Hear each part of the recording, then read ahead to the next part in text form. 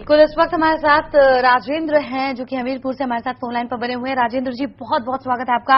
आप जल्दी से पूछिए, क्या जानना चाहते हैं आप इस विषय पर?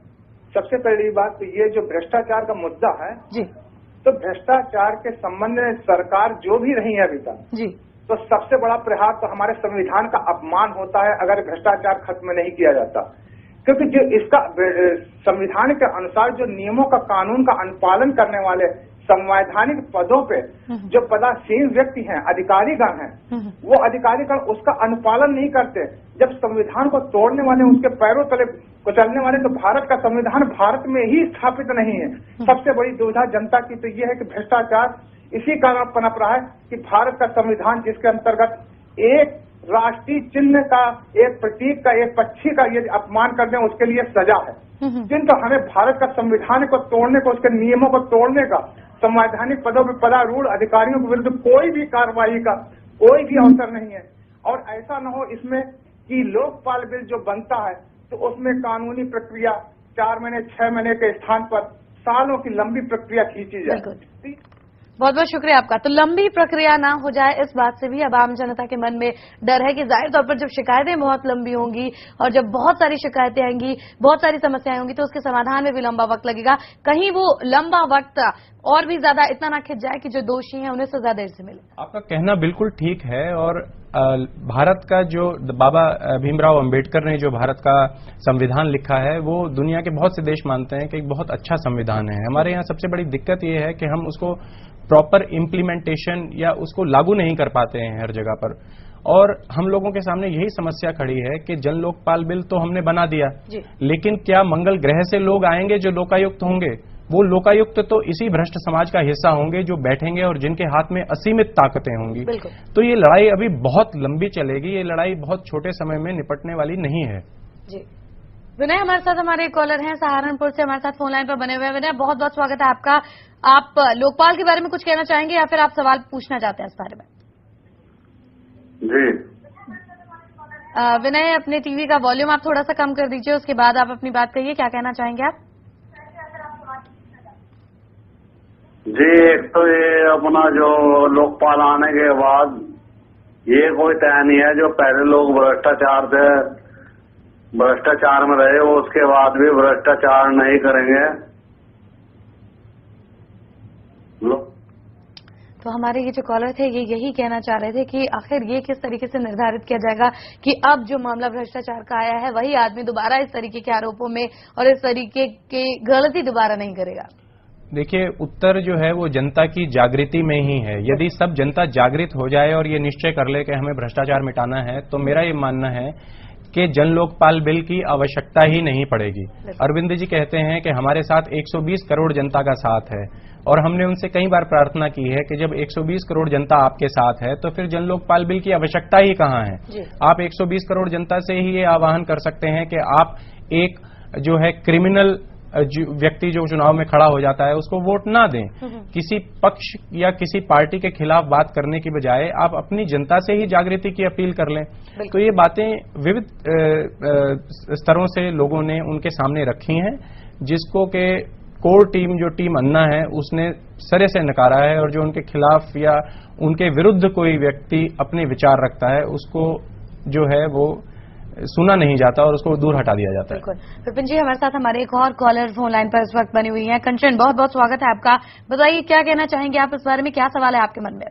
मैं ये पूछना चाह रहा हूँ मैम, ये कि यहाँ पे जितना भी ये लोग क्वेश्चन कर रहे हैं अन्ना जी के बारे में, इनको इतना तो पता होना चाहिए कि भाई उन्होंने खुली छूट दे रखी है कि जो भी हमारे खिलाफ इन्होंने वो कर रखी है, मतलब इल्जाम लगा रहे हैं लोग, ये भ्रष्टाचार लिप्त हैं सारे के सारे, तो इन लोगों को तो ये जनता, सरकार हमारी वो करवाए, इंक्वायरी करवाए, क्यों नहीं करवाती सरकार? जी। और ये जितने भी लोग पूछ रहे हैं सवाल अन्ना जी के बारे में, इन्होंने कितना अटेंड किया है जी अन्ना जी का वो बिल्कुल कैंपिंग? जी, बहुत बहुत शुक्रिया कंचन जी हमारे साथ जुड़ने के लिए। तो कंचन हमारे साथ जो हमारे कॉलर थे उनका यही कहना था कि हालांकि अब जो आम जनता लगातार ये कह रही है कि आखिर वो भ्रष्टाचार बिल कैसे नहीं हो सकते हैं, लोकपाल किस तरीके से निष्पक्ष रूप से जांच कर पाएगा, इसकी श्योरिटी कहां से आएगी। तो हमारे इस कॉलर का कहना था कि आखिर वो कितना जान पाए हैं। आप जानते हैं बेहतर टीम अन्ना के बारे में, आप बताइए कि क्या सोचते हैं आप इस बारे में? देखिए, हमारा ये मानना है कि अन्ना जी एक बहुत साफ सुथरी छवि के व्यक्ति हैं और उन्होंने रालेगन सिद्धि में बहुत विकास किया, जिस कारण से उन्हें 1150 जो है अंतर्राष्ट्रीय और राष्ट्रीय पुरस्कार दिए गए। तो उनकी छवि पर किसी भी प्रकार का कोई आक्षेप या किसी भी प्रकार का कोई संदेह नहीं है। समस्या ये है कि अन्ना जी स्वयं जन लोकपाल बिल के विषय में कितना जानते हैं। जिस जन लोकपाल बिल के लिए वो अनशन करने को तैयार हैं, अपने जीवन को वो खतरे में डालने को तैयार हैं, उसके विषय में अन्ना जी स्वयं कितना समझते हैं, हम लोगों को ये प्रश्न भी जानना होगा। क्योंकि कोर कमेटी जो भी बोलती है, अन्ना जी केवल उसी की बात को स्वीकार कर लेते हैं और उसी प्रकार की बात करने लगते हैं, जबकि अन्ना जी इस पूरे समाज का हिस्सा हैं और समाज की अभिव्यक्ति हैं। तो हम लोगों का ये मानना है कि अन्ना जी को बड़े स्तर पर आकर के सामाजिक अभिव्यक्ति का एक केंद्र बनना चाहिए, न कि 5 आदमियों की कोर कमेटी की अभिव्यक्ति का केंद्र। बिल्कुल, तो सीमित दायरा नहीं होना चाहिए, ये कहना चाह रहे हैं विपिन आप। हालांकि जब लोगों के लिए इस तरीके से भ्रष्टाचार को खत्म करने के लिए इस तरीके के कानून लाने की बात कही जा रही है, लोकपाल को देश में कायम करने की बात कही जा रही है, तो जाहिर तौर पर यह बेहद जरूरी है कि आप उस चीज को समझें कि दरअसल वो पूरा मसला है क्या। आप खुद इस चीज को कितना समझ पाए हैं, ये विषय हम आगे भी जारी रखेंगे, लेकिन फिलहाल हम रुक रहे हैं एक छोटे से ब्रेक के लिए।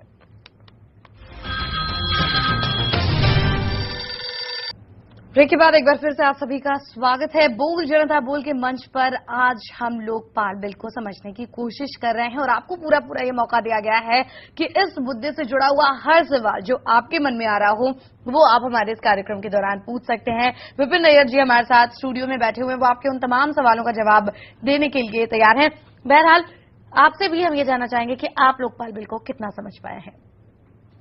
हालांकि जिस तरीके से विपिन जी आज कार्यक्रम में लगातार कॉलर हमारे साथ जुड़ रहे हैं, हर किसी के मन में ये दुविधा जरूर है। साथ ही जो आरोप लगते रहे इससे पहले लोकपाल बिल को लेकर के और टीम अन्ना के ऊपर ये कहा जाता रहा है कि बैकअप मिलता है उन्हें आरएसएस से और आरएसएस इस आंदोलन को पूरा बढ़ावा दे रही है। इस बारे में आप क्या कहना चाहेंगे? आप जुड़े रह सकते हैं। हमारा ऐसा मानना है कि ये आंदोलन जो है वो राजनीतिक पार्टियों द्वारा बढ़ाया गया आंदोलन नहीं है, ये एक जन आंदोलन है। इस जन आंदोलन की सबसे बड़ी कमी यह है कि ये एक व्यक्तिवादी आंदोलन बन गया है। समाज में ऐसा संदेश जा रहा है कि अरविंद केजरीवाल के भक्त ही केवल देशभक्त हो सकते हैं, जबकि ऐसा नहीं है।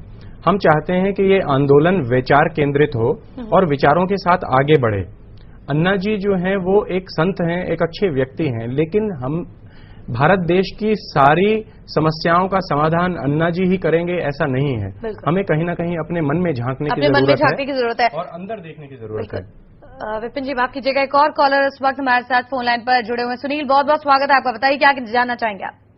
जी नमस्कार, और मैं इस बात के लिए आपको धन्यवाद देना चाहता हूँ जी कि आज जब ये सवाल उठाया गया कि जनता लोकपाल के बारे में कितना जानती है जी, तो हम ये कहना चाहेंगे लोकपाल के बारे में सबसे ज्यादा अच्छी जानकारी हमारे मीडिया ने दी है। ये एक बहुत बड़ा एग्जाम्पल है कि इस विषय को कितने सरल तरीके से तक पहुंचाने की मीडिया का रोल रहा है जी, और मीडिया इससे लोकतंत्र को मजबूत करने का काम कर रहा है। लोगों को लोकपाल की बारीकियों के बारे में बताने को बहुत सारी कार्यशालाएं हो रही हैं, बड़े बड़े विद्वान आके अपने विचार व्यक्त कर रहे हैं और हम जान रहे हैं कि लोकपाल में क्या हो सकता है क्या नहीं हो सकता है। लेकिन एक चीज और है, आज हमारे देश में लोकपाल की आवश्यकता के साथ साथ चुनाव सुधार की आवश्यकता बहुत ज्यादा जरूरी है। आज आप देखिए कि हम वोट देने जाएं या ना जाएं, वो एक ना कोई ना सांप नाप या नागरा चुन लिया जाता है। आज देश की स्थिति ये है। तो आज जो चुनावी रिफॉर्म की बात हो रही है, लोकपाल से जुड़ा हुआ माध्यम डायरेक्ट नहीं है, लेकिन हमें निगेटिव वोटिंग का अगर राइट दिया जाए तो हम डेफिनेटली जनता इस तरीके के लोगों को जो भेद की खाद में भेजे हैं, आज वो लोगों की कल्याण के लिए वहां नहीं पहुंचे हैं, वो अपने सेल्फ आजीविका है, राजनीति उन्होंने पेशा अपना लिया है, वो लोगों को जनता वहीं छाट देगी अगर हमें निगेटिव वोटिंग का राइट दिया। बहुत बहुत शुक्रिया सुनील जी। हालांकि किसी तकनीकी खराबी की वजह से इनकी आवाज पूरी तरीके से और अच्छी तरीके से स्पष्ट रूप से हमें सुनाई नहीं दे रही थी, लेकिन जिस तरीके से अगर सोल निकाला जाए इस पूरे जिस तरीके से उन्होंने अपनी बात कही, अगर